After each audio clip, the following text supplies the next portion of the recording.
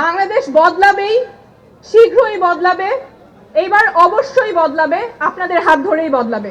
NCP থেকে পদত্যাগ করে নিজ জেলা ঢাকা ৯ আসন থেকে স্বতন্ত্র প্রার্থী হওয়ার ঘোষণা দিয়েছেন তাসনিম জারা। তিনি দল থেকে পদত্যাগ করে নিজের ভেরিফাইড ফেসবুক পেজে দীর্ঘ আবেগঘন পোস্টে এই সিদ্ধান্তের কারণ তুলে ধরেছেন।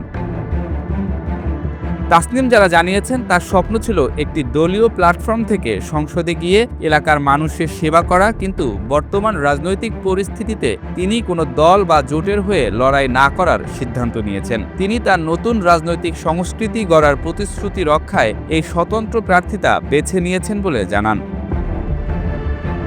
বিভিন্ন সূত্র বলছে, তাসনিম জারা ও তার সমর্থকদের মধ্যে পার্টির অভ্যন্তরীণ অচলাবস্থা ও জোট বৈষম্যের বিরুদ্ধে অসন্তোষের কারণে এই পদক্ষেপ এসেছে।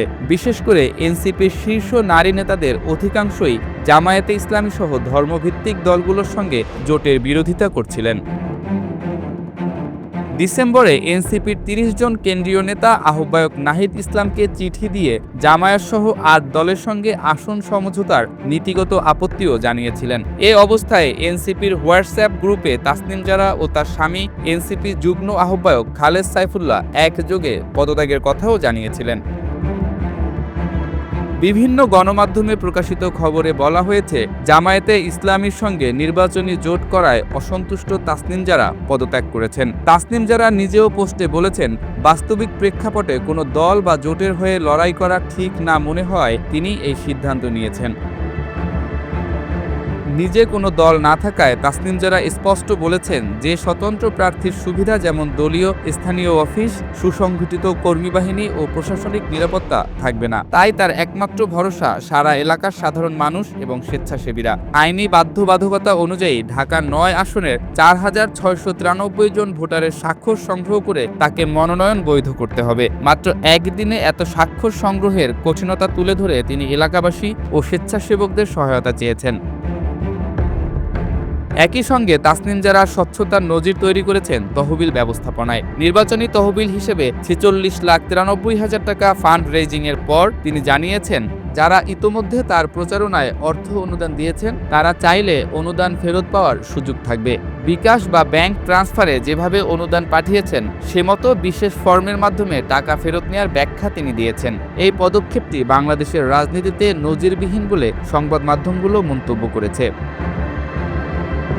রাজনৈতিক মহলে এই সিদ্ধান্তকে স্বচ্ছতা ও জবাবদিহিতার নতুন মানদণ্ড হিসেবে দেখছে অনেকেই। বিশেষ করে অনুদান ফেরতের ঘোষণা অনেকের কাছে ব্যক্তিগত সততা ও রাজনৈতিক দায়বদ্ধতার প্রতীক হিসেবেই গৃহীত হচ্ছে।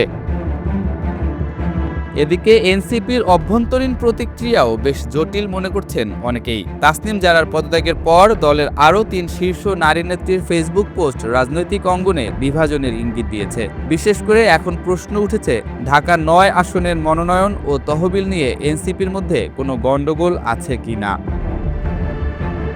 তাসনিম জারার এই পদক্ষেপ শুধুমাত্র একটি নির্বাচনী সিদ্ধান্ত নয়, এটি একটি দর্শনগত প্রেক্ষাপট তৈরি করেছে। দলের বাইরে থেকে সংসদে যাওয়ার অঙ্গীকার, ভোটারদের উপর ভরসা আর তহবিল ফেরত দেওয়ার অপ্রত্যাশিত ঘোষণা সব মিলিয়ে বাংলাদেশের রাজনীতিতে নতুন স্বচ্ছতার সংস্কৃতির দাবি জানিয়ে চলেছেন তিনি।